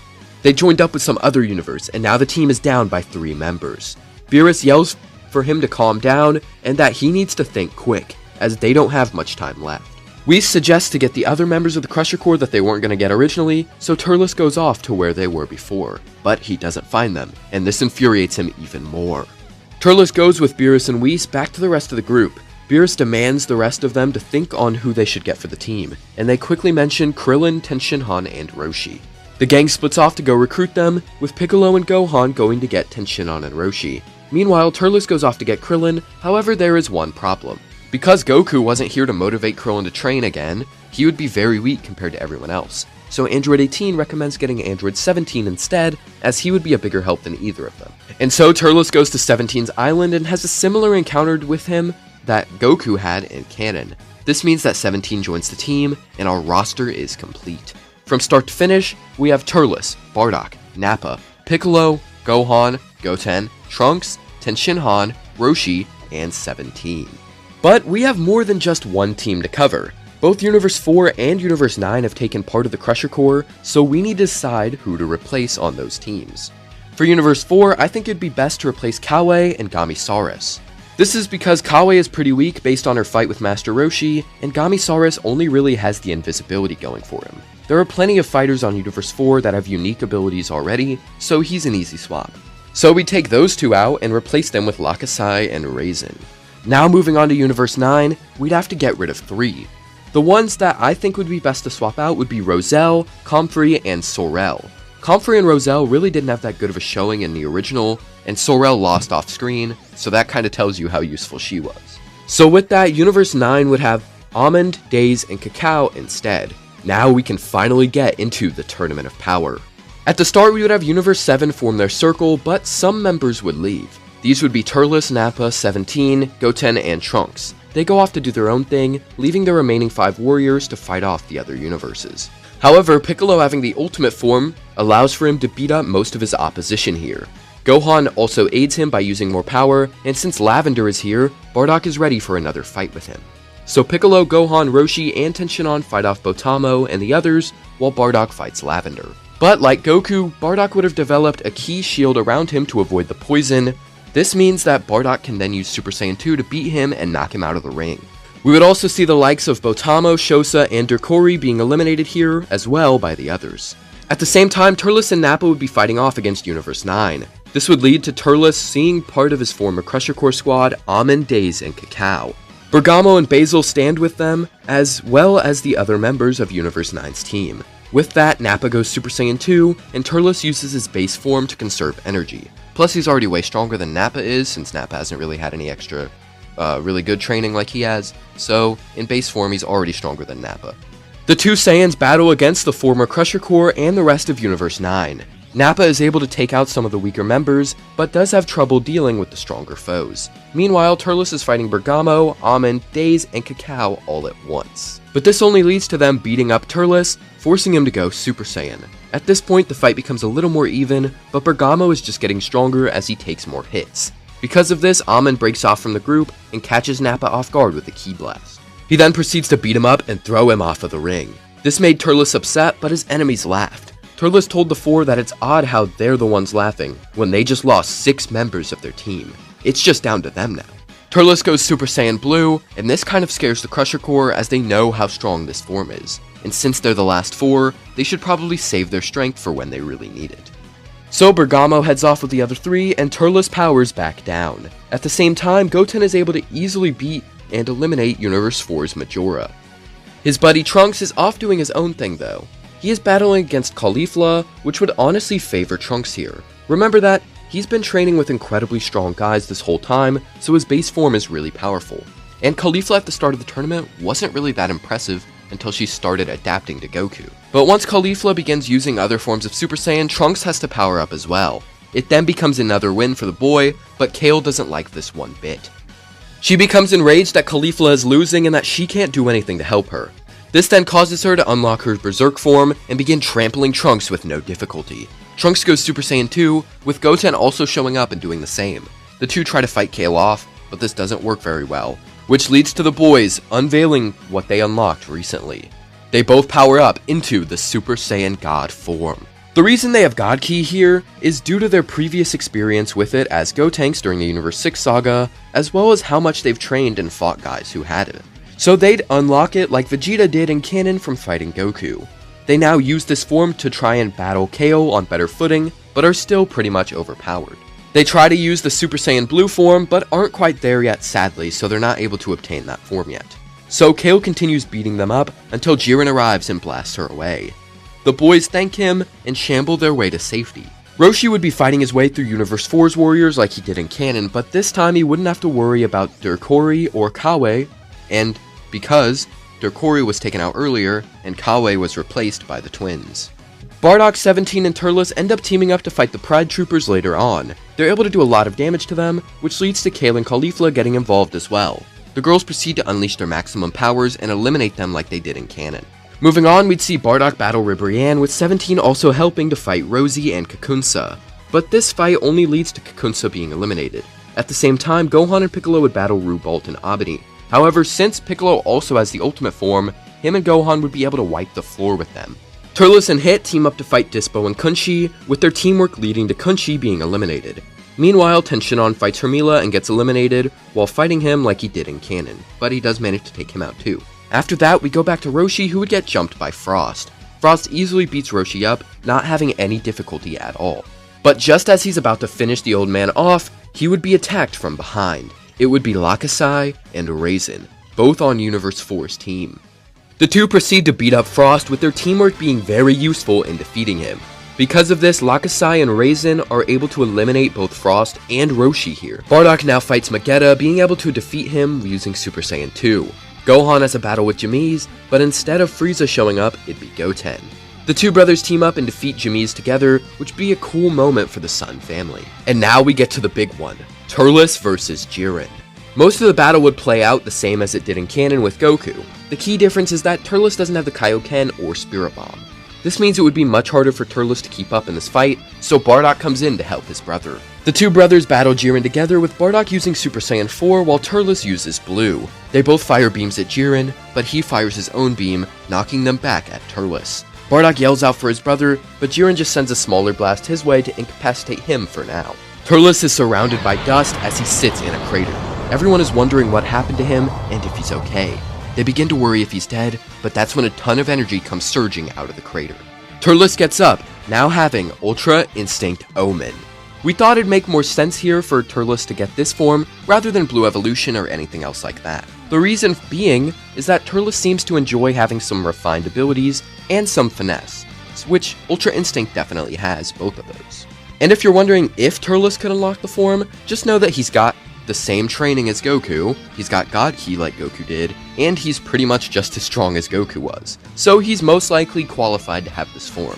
Turles now battles it out against Jiren once more, and is able to do far better than he did before. But he eventually runs out of steam, and Jiren is able to knock him down. He then goes on to eliminate Hit and begin meditating. As Turles is laying there, 4 figures would walk up to him. They would be Bergamo, Almond, Days, and Cacao. The 4 laugh as they prepare to take their revenge. As Bergamo, Amon, Days, and Cacao begin to surround the weakened Turles, Bardock arrives. He kicks Days, hitting all the others away afterward. He then tells Turles to get up and gives him some of his energy. Turles thanks him, and Bardock helps his brother up, as they need to fight now. Amon tells Turles his brother doesn't look like much, and Days asks if that's really who he decided to focus his time on. Bardock yells at him, telling them to actually fight instead of just talking, and so they do. Now Bardock and Turles battle the 4 remaining warriors on Universe 9's team. Meanwhile, Piccolo and Gon are able to defeat Salnell and Piranha much easier this time, so they knock them off their ring. Cabba also unlocks Super Saiyan 2 against Mona and eliminates her as well. Because Turles can't transform yet due to his stamina being drained, Bardock is the main one fighting here. He uses Super Saiyan 4, which allows for him to begin easily beating up all 4 of them at once while Turles recovers. This causes Bergamo to grow even larger and stronger, but Bardock knows how to counter that. He makes an incredibly large blast, but it's actually red now. It's a ×10 Tyrant Lancer, which is far more powerful.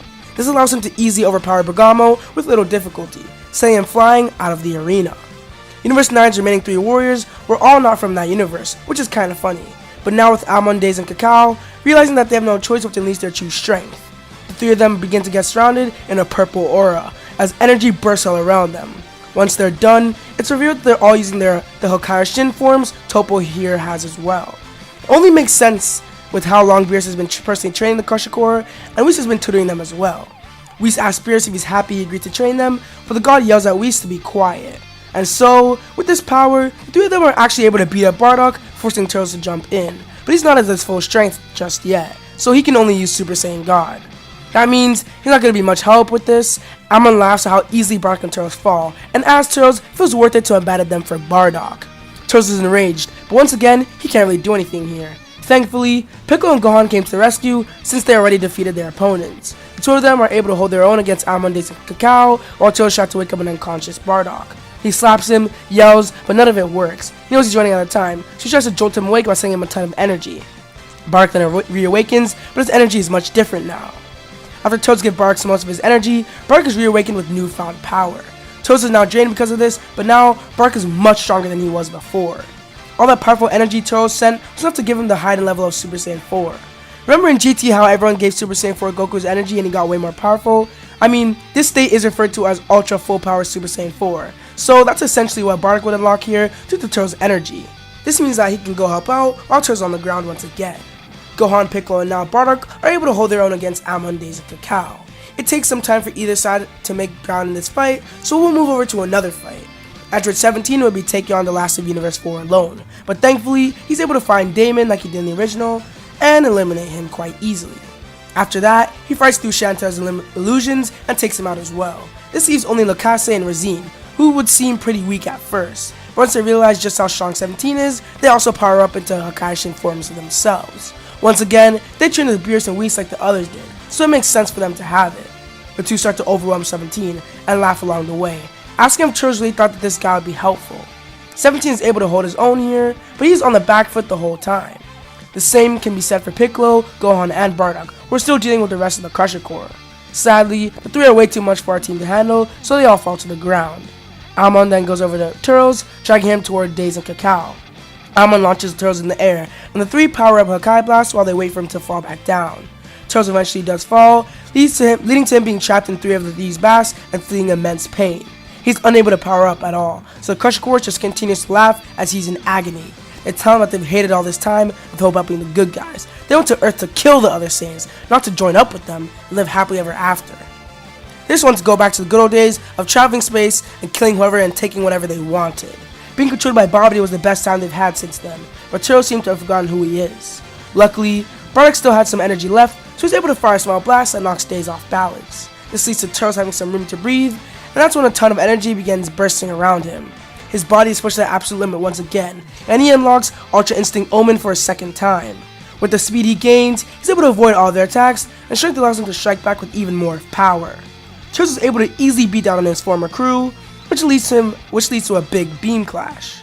But Turles uses a sudden storm attack, which counters all three blasts and overpowers them. This leads to Turles eliminating all three of them, which means Universe 9 would be erased. This perfectly symbolizes Turles letting go of that part of him that used to be cruel and evil. So now we know even his former crew can't take him back to his old ways. This path made for him by his nephew, Son Goku, is set in stone. Turles collapses to the ground due to all the strain, and Bardock, Piccolo, and Gohan try to hunker down and wait for all of them to recover. But this whole time, another fight has been going on. Goten and Trunks have been fighting Caulifla, Kale, and Cabba. Frieza isn't here to eliminate him, so I figured Cabba would want to stay with his universe's other members. Goten and Trunks are able to actually have the edge here over all three of their opponents. Everyone here is using Super Saiyan 2, except for Kale, who's just using her regular Super Saiyan form. So over time, the Universe 6 Saiyans would be growing in strength and forcing Goten and Trunks to use more power. This leads to them beating up Cabba and Caulifla, which enrages Kale, causing her to use her Berserk form. But this time, she masters it, making her even stronger than before. With all three of the Universe 6 Saiyans having grown in strength a lot, Goten and Trunks have no other option to use their God forms. They use Super Saiyan God, which is able to fight off the three of them quite easily, but they just continue adapting, and Caulifla asks Cabba if he can buy her and Kale some time. He agrees and holds Goten and Trunks off while Kale and Caulifla fuse. Sadly, Cabba would be knocked out of the ring by Trunks, leaving only Kefla as the final warrior for Universe 6. Goten and Trunks fight Kefla off, but she quickly begins overwhelming them. She goes Super Saiyan, while the boys are finally able to unlock Super Saiyan Blue. With that, they're a pretty good match, but Kefla still has the advantage. She's only getting more powerful over time. This now leaves Goten and Trunks with no other option but to perform their own fusion. They ask for some time to give Kefla a better fight, and she agrees due to how cocky she is. So, the two boys perform the fusion dance and become Gotenks. With that, both fusions power up into Super Saiyan 2 and begin clashing. Gotenks seems to have a power advantage now, but Kefla is growing at an alarming rate. She catches up over time, forcing Gotenks to use Super Saiyan 3. With that, he sends out a Die missile barrage, which hurts Kefla quite a bit. But after taking those attacks, she powers up even further, laughing at how strong she's becoming. Gotenks knows he's running out of forms, so he needs to end it as soon as he can. As he fights, he thinks about what his fusion's weakness is, and then it hits him. A fusion's weakness is their time limit. If he can make Kefla defuse, she won't be a threat anymore. So Gotenks goes Super Saiyan God and summons some Super Ghost Kamikaze attacks. While Gotenks fights Kefla, ghosts fly behind her and explode near her earrings, causing the fusion to become unstable. Gotenks sees this and goes Super Saiyan Blue, releasing a huge blast that is able to destroy the Potara earrings. This means Kefla defuses and Kale and Caulifla get launched out of the ring. Gotenks also defuses now, as he used up an insane amount of energy during the fight, so his time limit was cut short. Goten and Trunks notice Android 17 struggling with Mikasa and Razine, so they head over to help.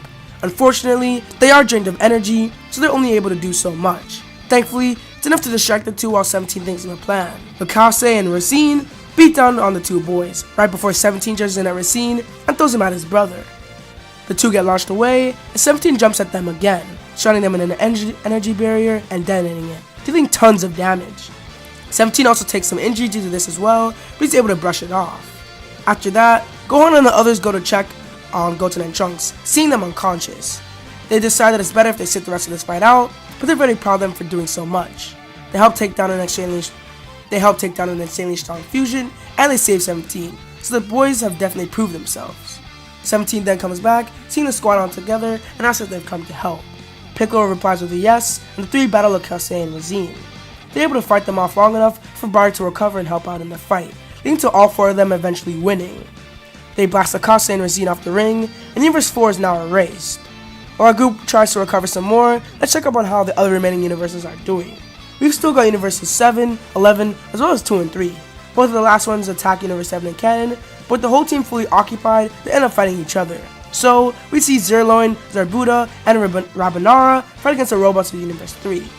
This would force them to use their formations, which unlocks the abilities of Ribian, Rosie, and Kakunza. With this, they're able to take out some of the robots, but the strong ones are able to overpower them and eliminate them. This causes the erasure of Universe 2, now leaving only 3 universes left.